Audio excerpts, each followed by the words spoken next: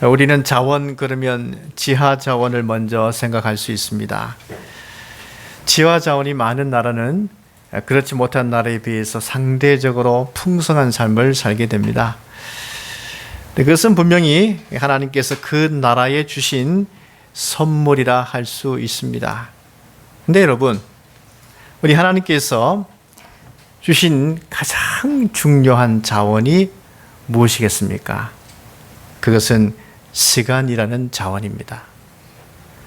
다른 아무리 많은 자원을 가지고 있다 해도 시간이 없다면 소용이 없습니다. 근데 그만큼 시간이 중요하죠. 우리가 사용하고 있는 이 시간은요, 본래 영원한 것이었습니다. 근데 우리 하나님께서 천지를 창조하실 때에 밤과 낮을 만드심으로 24시간이라는 그 시간을 우리에게 주셨습니다. 그래서 누구에게든지 공평하게 우리 하나님께서는 이 선물을 주셨어요.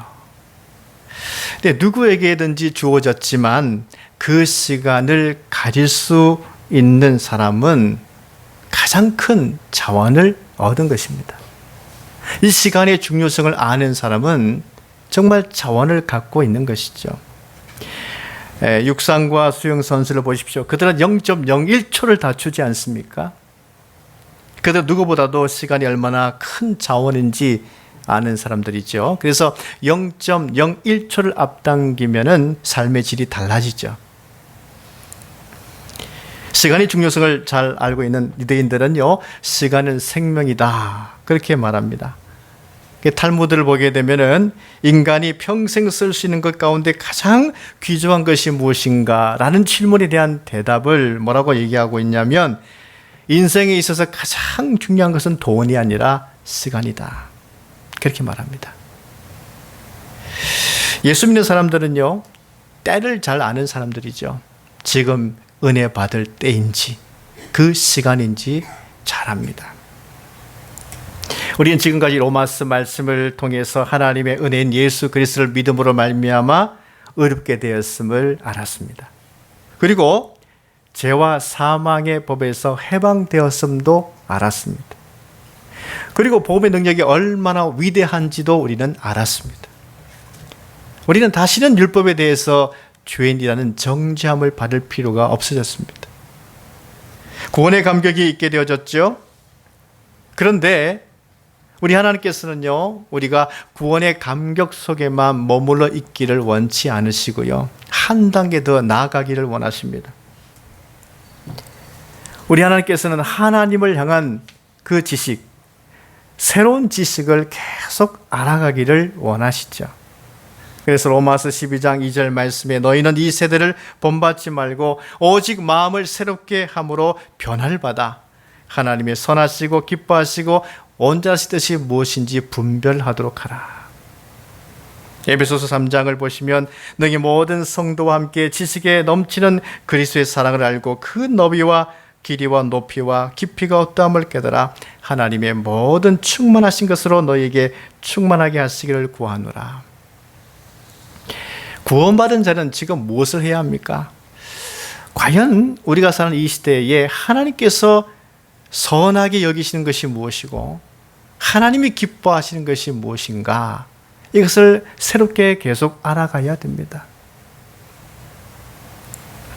그리고 하나님으로부터 구원받은 것이 얼마나 충만한 사랑인지를 알아야 합니다.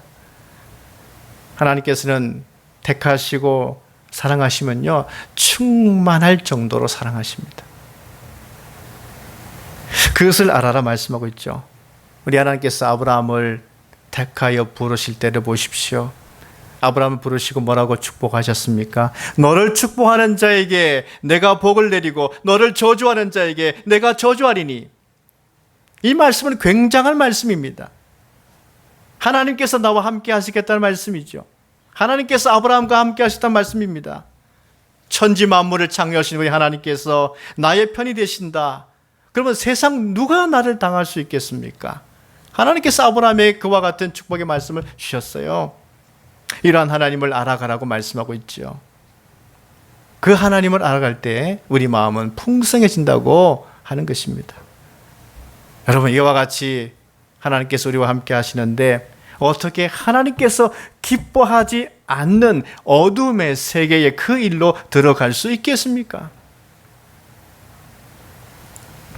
하나님께서는 구약부터 신약 이르기까지 하나님 백성으로 삼으신 다음에 항상 요구하신 것이 있습니다. 그것은 거룩하라 말씀하셨어요. 거룩하라.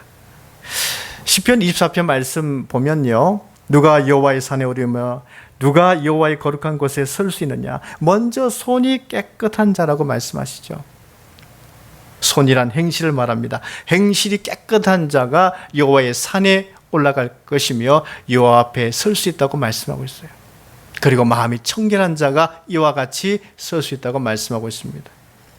그리고 이런 자들이 여호와께 복을 받고 하나님께로부터 오는 의롭다함을 여김 받는다고 말씀하고 있습니다. 우리 하나님께서 이스라엘을 가나안 땅에 들어가게 하신 다음에 계속 하신 말씀은 무엇입니까? 거룩하여라. 영적으로 거룩하여라. 모든 생활면에서 거룩하여라. 끊임없이 말씀하셨습니다. 이스라엘 백성들이 가나안 땅에 살면서 자신들에게 정체성이 무엇인지를 알았더라면 하나님께서 원하시는 그 거룩한 삶을 잘 살아내었을 것입니다. 여러분, 이 정체성은요, 먼저 자기의 가치가 무엇인지를 알 때 생깁니다. 그 다음에 내가 얼마나 중요한 사람인지를 자존감이 있을 때의 정체성을 가질 수 있습니다. 바로 자기 가치, 자존감이 있을 때 그 정체성이 분명해집니다. 우리는 왜 가치 있는 사람입니까? 우리는 왜 중요한 사람입니까? 왜 자존감을 가질 수 있습니까? 하나님의 은혜와 사랑 때문이지요. 우리가 이 고대로부터 사람들을 보게 되면요, 어떻게 자기 가치성을 확인했냐면요, 또 어떻게 해서 자존감을 가지고 살았냐면요, 사회적인 역할 때문이었습니다. 직업을 가지고 또 일이 주어졌을 때에 그 역할 때문에 내가 가치 있는 사람이구나. 그 직업과 역할 때문에 또 자존감이 높아졌습니다. 이 말은요, 남을 통해서 인정받을 때에 자기 가치성을 확인했고 또 자존감을 높일 수 있었다는 얘기죠. 그런데 현대는 어떻습니까? 남이 어떻든 상관없죠. 남이 뭐라고 하든 상관없습니다. 내가 원하는 길을 가고 내가 되고 싶은 사람이 되는 것, 여기에 가치성을 부여하죠. 이러한 세계가 바로 서구 사회이죠. 여러분 어떻습니까? 둘 다 온전할까요? 아니면 변함없는 진리일까요? 남에게 인정받는 것으로 정체성을 가지는 것이 변함이 없었다면, 또 어떤 갈등도 없었다면 지금도 여전히 그런 마음으로 살아갔을 것입니다. 그러나 오늘날 사람들은 남에 의해서 인정받는 것이 아닙니다. 내 스스로 좋아서 하는 것입니다. 이런 시대 변화가 일어났습니다. 내 마음이 중요하다. 내가 원하는 길을 가면 된다. 이렇게 말하죠. 여러분, 그렇다면 이것도 과연 온전한 것일까요? 내가 원하는 길을 걸어가고 내가 원하는 대로 살아간다면 전혀 마음의 갈등이 없이 살아갈 수 있을까요? 오늘날 많은 사람들은 자기가 원하는 길을 걸어가고 있습니다. 자기가 하고 싶은 일들을 하고 있습니다. 그럼에도 여전히 의문을 말하지요. 나는 정말 가치 있는 사람인가? 나는 정말 중요한 사람인가? 나는 사랑받고 있는 사람인가? 그렇게 질문합니다. 그 말은 갈등이 있다는 뜻이죠. 우리가 보기에도 참 멋있게 살아가는 사람 같은데, 많은 국민들로부터 사랑받고 있는 사람 같은데, 행복하게 자기 길을 걸어가고 있는 사람 같은데, 알고 보면 갈등이 있다고 고통을 호소하는 사람들이 너무 많습니다. 사람의 가치와 자존감은 어디에 두고야 갈등이 없고 변함없는 영원한 것 가운데 살 수 있을까요? 하나님께 두어야 됩니다.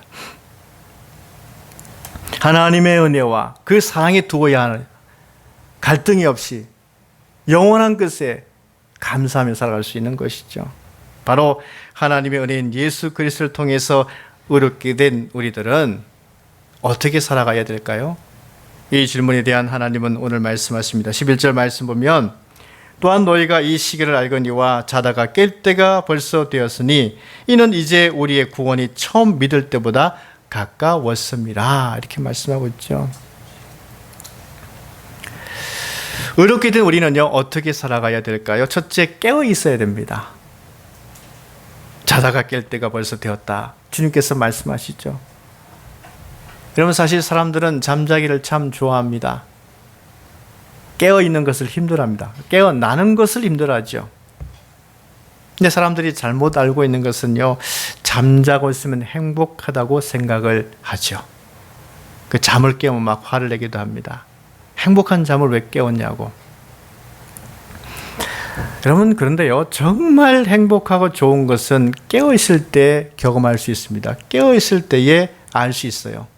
자고 있으면요, 몰라요. 근데 사람들은 그냥 자고 싶어 해요. 잠에서 깨어나야 하나님께서 만드신 창조물을 볼 수 있습니다. 눈 뜨고 볼 수 있습니다. 눈 뜨고 사람들을 볼 수 있습니다. 만날 수 있습니다. 아름다움을 경험할 수 있는 거예요. 아름다움을 느낄 수 있는 거예요. 고백할 수 있는 거예요. 스페인에 이런 이야기가 있습니다. 나이든 점잖은 어른이 아들의 방에 가서 문을 두드립니다. 얘야, 일어나거라.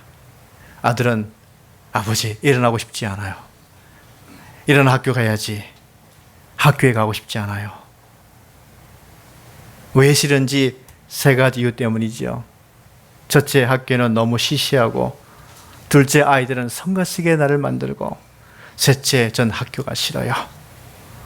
그러자 그 아버지가 내가 반드시 학교에 가야 할 세 가지 이유를 말하겠다. 첫째, 그것은 내 의무이고, 둘째, 내 나이가 45이고, 셋째, 너는 교장이기 때문이다. 우리는 왜 깨어나 있어야 할까요? 그리스도인이기 때문입니다. 그리스도인에게 어떤 의무가 주어져 있기 때문입니까? 더 중요한 것은요, 이제 구원이 처음 믿을 때보다도 더 가까워졌기 때문이라고 주님께서 말씀하고 있어요. 우리가 처음 예수 믿고 세례 받을 때보다 지금 훨씬 더 주님께서 오시기 가까워졌기 때문이다. 그래서 깨어 있어야 된다고 주님께서 말씀하고 있는 거예요.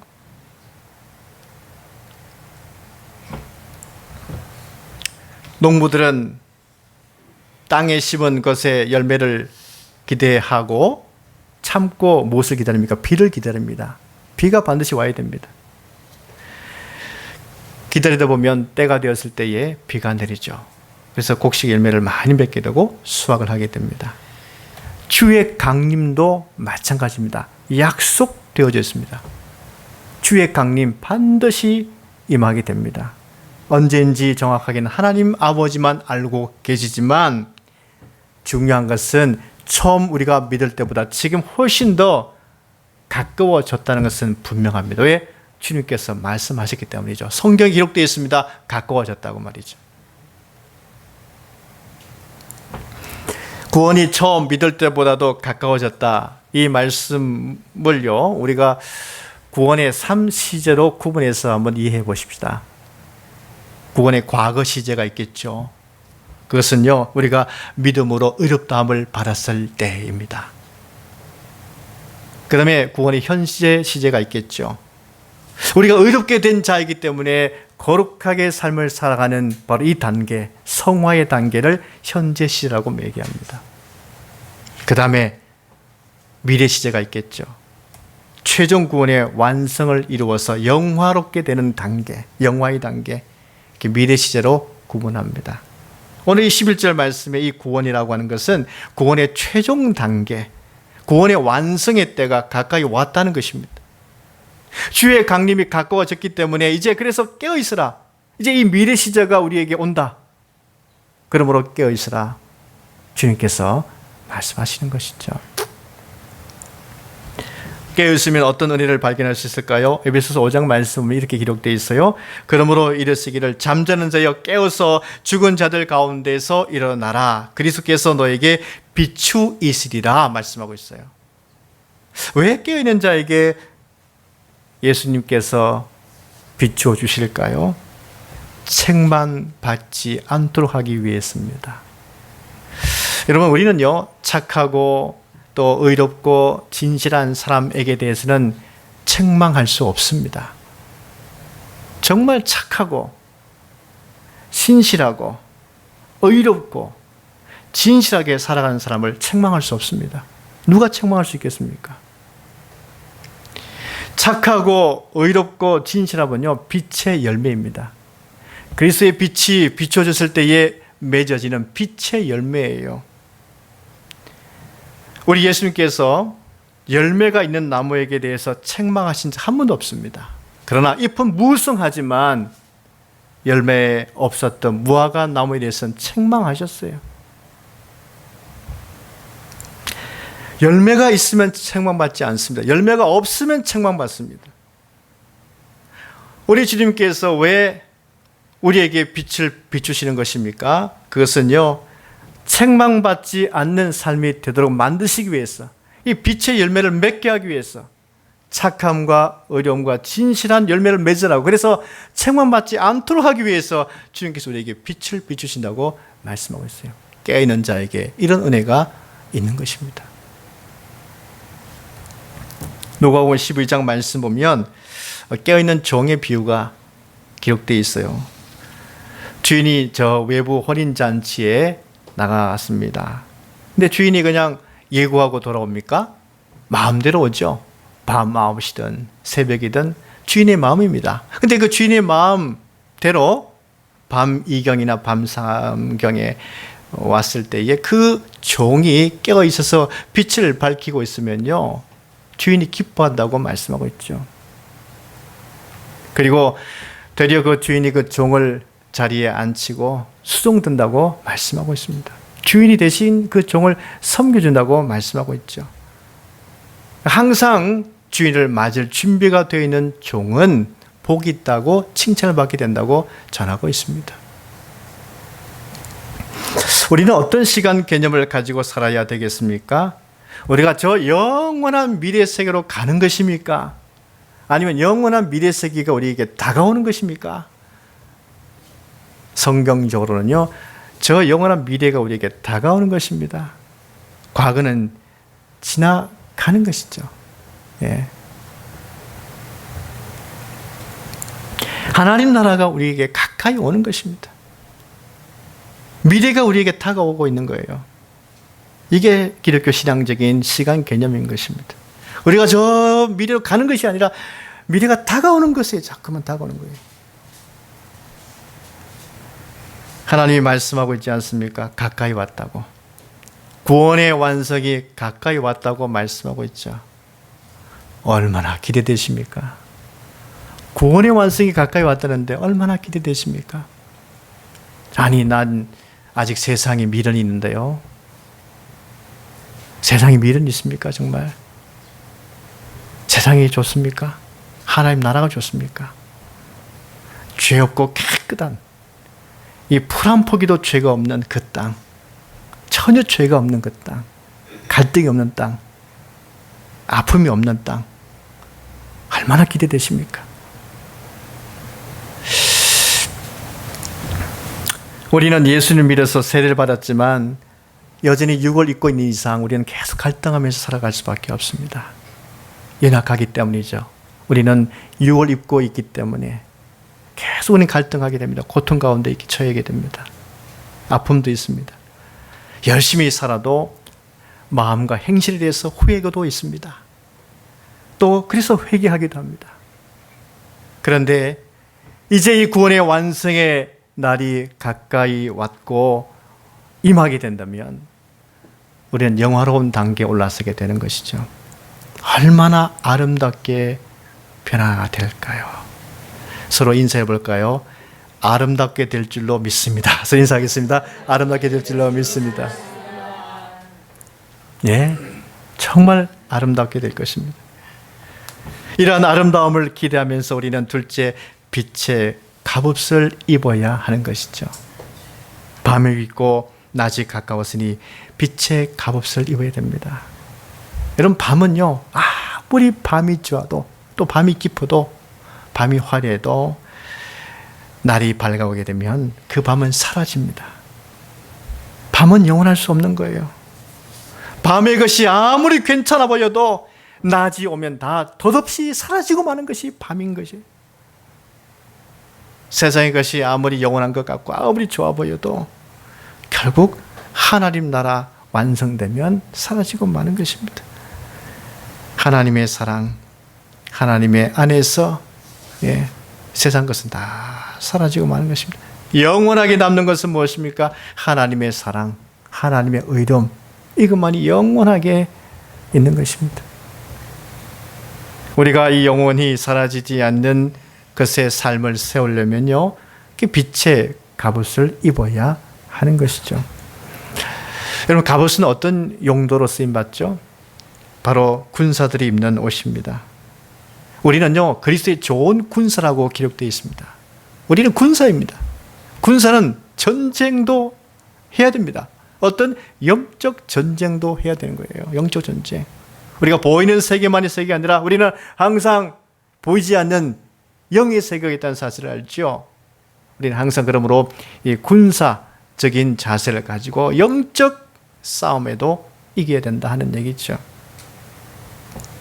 어둠의 권세와 싸워 이기기 위해서 우리가 이 빛의 갑옷을 입고 있어야 하는 것이죠.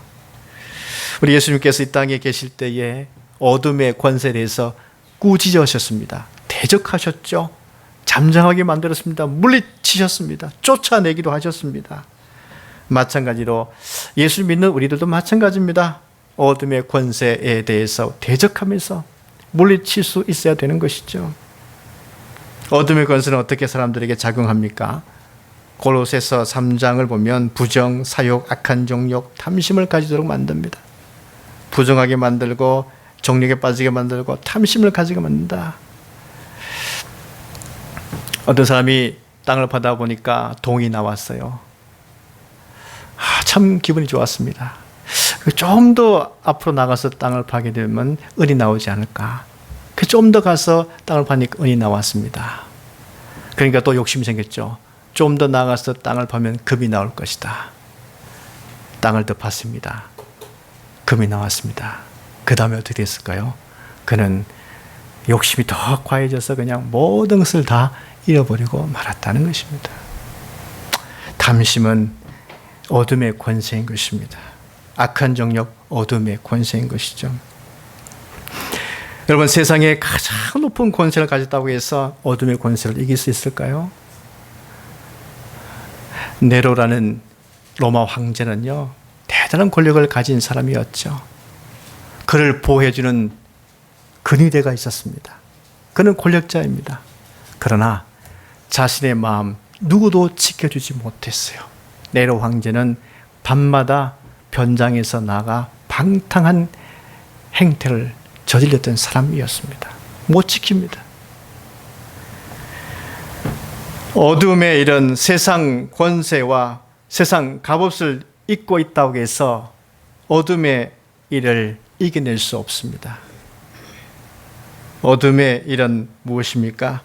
방탕하게 하는 것이고, 술 취하게 하는 것이고, 호색하게 하는 것이고, 다투게 하는 것이고, 시기하게 하는 것이 바로 어둠의 권세, 어둠의 일이라고 하나님은 말씀하고 있습니다.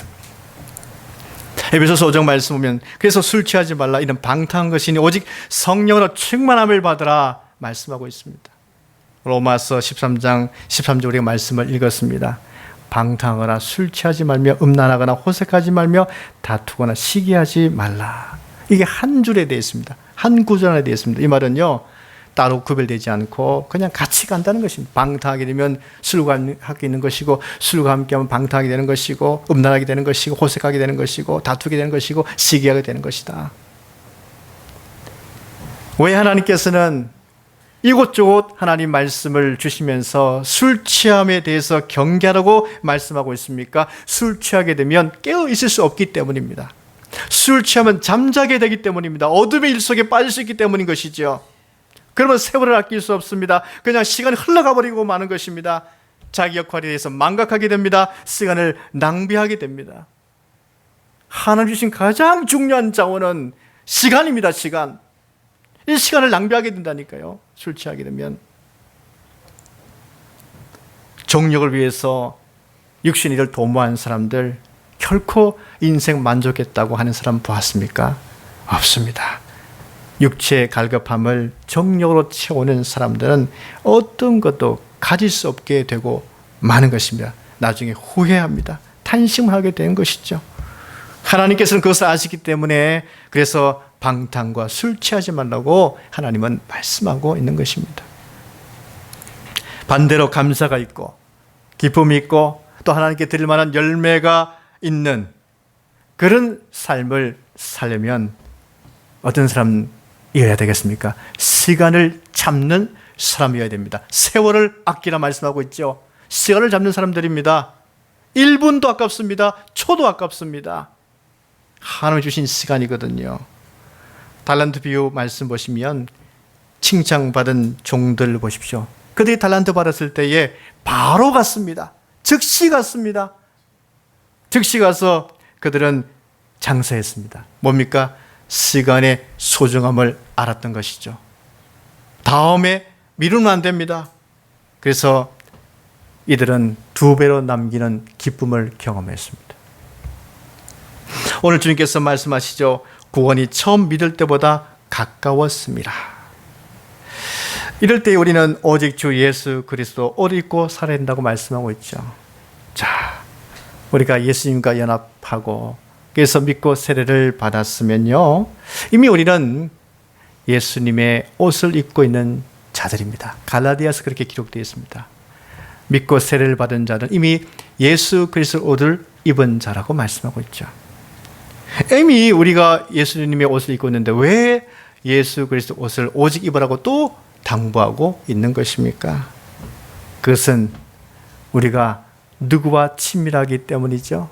우리는 예수님과 친밀하기 때문입니다. 우리는 어둠과 친밀할 수 없습니다. 이미 우리는 예수님 옷을 입고 있기 때문에 예수님과 친밀합니다. 오늘 이 11절과 14절 전체의 이 말씀의 문장의 주어는요, 11절에 너희가, 굉장히 그러니까 한 문장이 깁니다. 이 바울 서신을 보게 되면 바울은 문장을 길게 씁니다. 주어를 잘 찾아야 되는데 너희가 11절에 이게 주어입니다. 자, 이 너희는 누구와 친밀하고 가깝느냐? 예수님과 가깝다는 것이죠. 그러므로 강조하고 있는 것입니다. 예수님을 믿어서 예수님과 가까워졌고 그분의 옷을 입고 있으니 계속 오직 예수 그리스도의 옷을 입고 살아라, 이렇게 부탁하고 있는 거예요. 그럴 때에 우리는 어둠 일에 처하지 않고 낮에와 같이 단정하게 살 수 있다고 말씀하고 있습니다. 오직 예수 그리스도 옷 입고 사는 단정한 삶이 될 수 있기를 간절히 바랍니다. 기도하겠습니다.